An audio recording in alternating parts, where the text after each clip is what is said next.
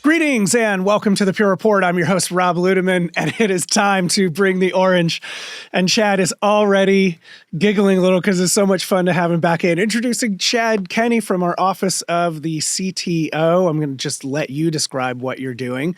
But Chadd, welcome. We have gone through and recorded all of the 15 architectural decisions. I had JD, I had Andrew Miller in, and it's a great series that we have published. But now that you're here back at Pure, you were there. And so I wanted to pull you in. But first, say hello to everybody and kind of just talk about what you're doing now at Pure.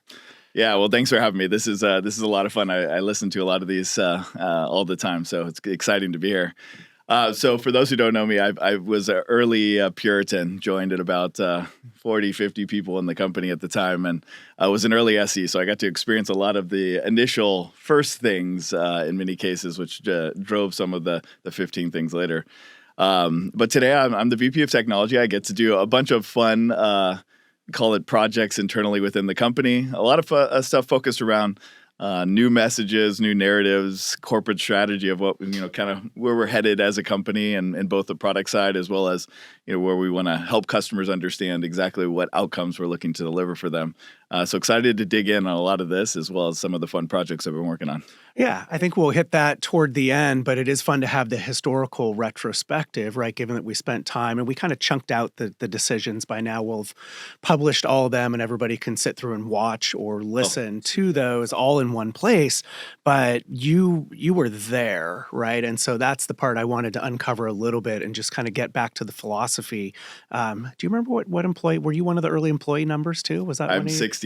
68. Yeah. So you were very, just to let everybody who's watching, listening, have a perspective on like how far you go back. And I think what we're honing in on, because we mentioned this in a few of the episodes, was there was a 2015 sales kickoff. And a lot of what JD and Andrew watched and what we built upon was the actual video, right? The historical video. And you're standing up there.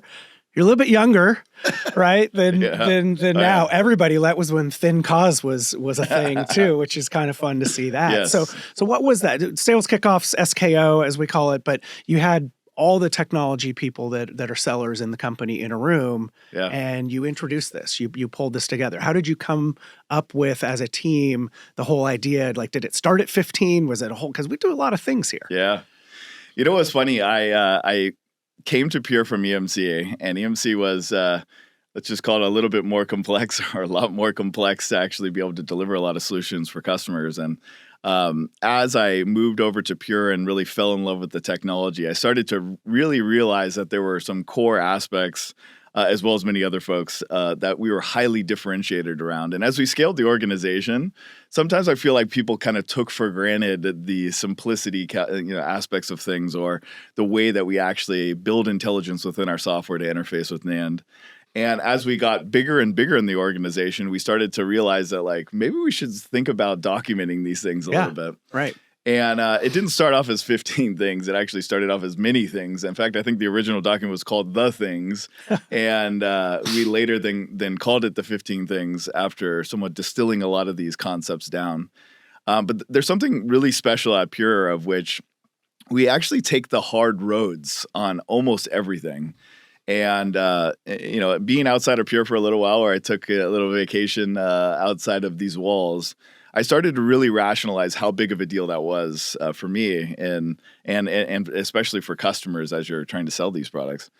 And by taking these hard hills, you kind of go and deliver an experience to a customer that's like first class or highly simplified from the very get-go. And you don't really force the customer to have to go through a lot of challenges and difficulties to embrace that technology from the beginning. And so even some of my first installs really took the essence of some of these capabilities that we put in the document, that I was just shocked at how ridiculously simple things were. Experienced it firsthand because you were hands-on doing the install for the customer. Oh yeah. Right. I mean, I was telling this story the other day, but my first install here was, we didn't really have much of an install document whatsoever.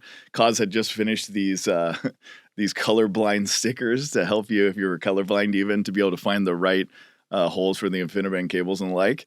And I literally packed up my array in my car and drove to the first location. I'd never done it before and installed the thing. Comically enough, I made 2 controller zeros, which makes 2 arrays in an array, which is kind of a rookie mistake. And support made fun of me for many years for doing so. But that first array showed me, wow, it's so much easier. I mean, the symmetrics I had built, I think right before joining Pure, it took me about 9 months to get fully up and running. We were up and running within less than an hour in that first install. So it's pretty surprising for the customer to just see how magical of an experience that is.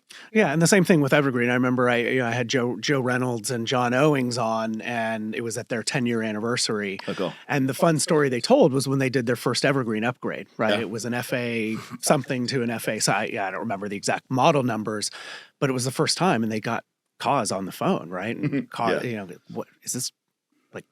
Do you know this is going to work? Yeah. Right. And Kaz said, yeah, it's going to work. Do this, do this, do this. And he kind of stayed on the phone, and they did it. The customer was blown away, right? Because we said we were going to do this thing non-disruptively, no data migration, all of that. Right. And it worked. Right. And so you're right. It is the hard road. And I think if I call back to the 6 episodes that JD and Andrew and I did, that was a common theme that kept coming out, which was when we looked at each one of those different decisions, there was a way that users of other storage had become accustomed to the pain and the discomfort, because that's how it's always been done. We don't know anything different, and we really turned the tables to present a different mindset or a different way of doing things that was all baked around simplicity, that was all baked around the visibility into what the system's doing in the right places. And then with Evergreen as that foundation, and then certainly, all the other different aspects that we hit with the metadata and the RAID. I mean, there's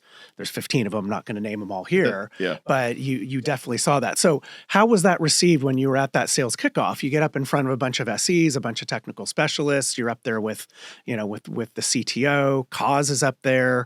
Alex McMullen is up there. It's still fun that there's still 3 of the 4 of you that were up in front of the room that are still at the company. What did the audience think?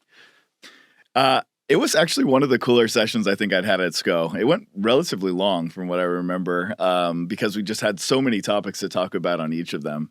But I think from an SE perspective, it was one of the coolest sessions that I'd been in.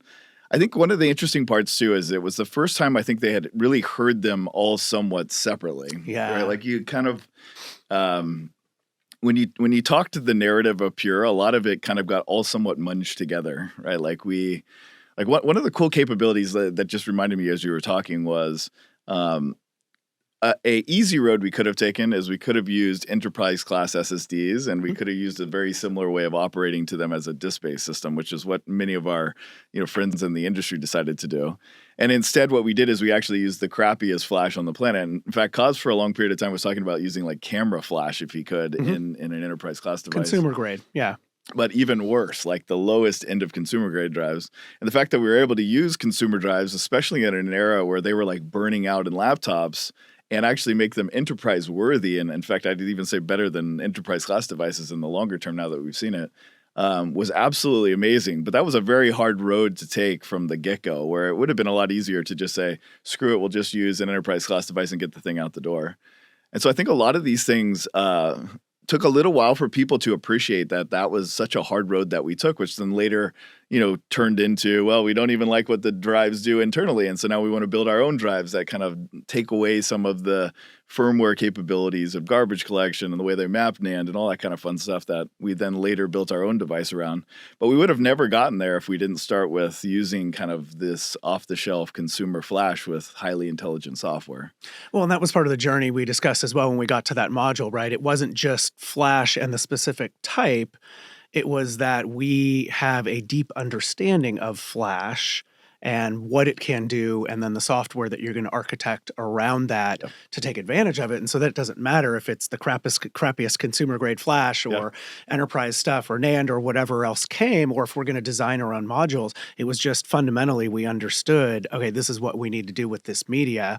We're not going to mess around with disks, right? We're not going to do some kind of weird, funky hybrid thing. We're just going to make flash media the best on the planet for at that time running block workloads. And now we've extended into 5 file into object into unstructured, Yeah. made it available in cloud, made it applicable to all the different solutions that are out there. It's really powerful, but that's where it all got started at that time. What's your favorite, right? You've hit a couple, and I know there's a lot to hit. So which one of those do you look back and go, yeah, I kind of built the narrative around this, because you're a storyteller, you're a very good storyteller kind of guy. Which one of those are you like, yeah, that was a good story. That's the one that stands out for me. I think there's really two. Simplicity always has to be the number one, I think, because the products are just so elegant in the way that they're built, and we'd really taken all of the potential complexities out of the system altogether. I think the other one that I used to use a lot was this no power button concept, right? And it aligns actually to what you were just talking about a bit on just failure paths are fully tested at all points. So like for those who don't know on this one, effectively we don't put a power button on the system because we just want you to unplug it. And there's the air paths of a power failure are tested quite often, and we're very comfortable with you doing so. Versus having to go through this very elegant, engaged support model of bringing a system down. I think that's actually one of the cooler parts of the technology is I think Cause has always held engineering to a really high level of quality for failure modes, and that has made our resiliency be so ridiculously high comparative to the rest of the market. Because of the fact that we force ourselves to go through and make sure those air paths are not only tested, but actually utilized in many cases for, core system functionality. So how'd the SEs go off after this SKO, right? Were you able to anecdotally kind of just track what they were doing? And again, I don't think we created a bunch of like slide decks and PowerPoints and things, but did you see that everybody pulled together? I mean, I was even having conversations with Cause before this last SKO, and there was a concept we were having him do on main stage about the series of firsts, right? First evergreen upgrade first, and then the first things that we're doing now around Fusion and File and some other areas. And that was one that he brought up. He said, I want to talk about that SKO where we got up and we emphasized to our technical sellers, no, you can't gloss over these things, right? These are core fundamental values in our engineering philosophy and design and architecture. They need to be a part of every conversation. And I assume after that, they got in line and headed out. It's kind of funny because we were at that stage where the competition was starting to parrot a lot of our messages, but yet in many cases, they didn't actually know what the hell they were even talking about. And so as we actually had some depth to talk about like the actual thing, like, talking about consumer drives or talking about the failure paths or those types of things, it was very difficult for the competition to actually back up what they were saying versus just, we got that too. And so it allowed customers to actually be able to understand whether it was BS or not, I think, at some level. The other thing I think at the SE level that was really cool is they started to articulate it different. Right. They started to actually like focus in on talking about simplicity with customers and providing very key examples of where their existing systems were highly complex. They started talking about, all of these different architectural capabilities that I almost feel got more of like a cult following because of it in the earlier days. To a certain extent, I think, because people just started to like love the fact that we had these core capabilities that other people didn't have, and they wanted to be part of that journey, which was really, really cool in the earlier days of things. Yeah, I remember coming in and there were really well-defined responses to the FUD, right? Take the controller architecture, right? This is a common place of attack of the competitors. Oh, well, this is how you respond. And it was obviously due to that 2015 moment in time where everybody got behind all the decisions. And then it was much more easy to come back with a FUD, and even better, and I think we hit this in one of the episodes, here's a set of questions as a customer you can ask the competitor, right? How do they do their data reduction? How do they do this aspect of their system design? Push it back on them to get a response and see what you get and kind of put them on the defensive. It was great too because customers would come back to us and say like, oh my God, these guys came in and talked about how horrible a dual controller architecture is. And they were completely wrong on the way you guys do things. And you guys went through and showed me exactly how this thing worked. And so I actually told them, you guys get this completely wrong. They have a much more elegant architecture than what you're giving them credit for. And so I think it was just a matter of trying to get people to be able to articulate it effectively of what elegance that we had built in engineering back to the customer so that they didn't just believe everybody's story to be the same and actually understand some of the real reason why we built the things the way we did. And it's still relevant today, and that's where we'll kind of finish. But I was at VMware Explorer last year in the fall, Guy walked up, he wanted to talk vSAN, he wanted to talk vSAN relative to our Pure solution. He had heard some things, he was aware, but he was looking, and it evolved into a controller discussion. Still, Wow. right? Like still, it went into that, but he had still heard those things, right? Those funny things were there. And so, those are still out there. They're still out there. And, I grabbed Jason Langer and I grabbed a couple other principal technologists that were there and we thrashed through it and he was satisfied. But those types of conversations are still relevant today and also relevant with these as foundational elements. You've been here now back at Pure for 9 months. You've worked on some really cool stuff that has echoes of those architectural decisions. Maybe just share as we roll out here on a couple of things, the EXA project, Enterprise Data Cloud, what you're working on right now. Yeah, the Enterprise Data Cloud was actually one of the first big projects. It was a lot of fun. It was part of the reason why I came back was we had kind of gone to a mode of we had built really killer products and done a lot of simplicity. But as you get more and more of these systems in place and you have more configurations, you need a lot more operational excellence. And the ability to stitch or fuse everything together through Fusion, I got really passionate about, and the story was a blast to build. And it took a whole bunch of people to kind of navigate how we wanted to position it. So that will come out in the future here, where a lot of folks will see a little bit of what we're trying to articulate to the market. The second one was EXA, which was actually quite an interesting one. Matt Taylor and I kind of partnered up trying to figure out what do we need to attack the larger GPU cloud market. And FlashBlade was doing a killer job in enterprise, and we were really trying to figure out how do we get this like ultimate scale. And it was a really fun one in the office of CTO because there were a bunch of projects that were somewhat started on this already, going down paths of larger nodes and kind of getting it out of the chassis config.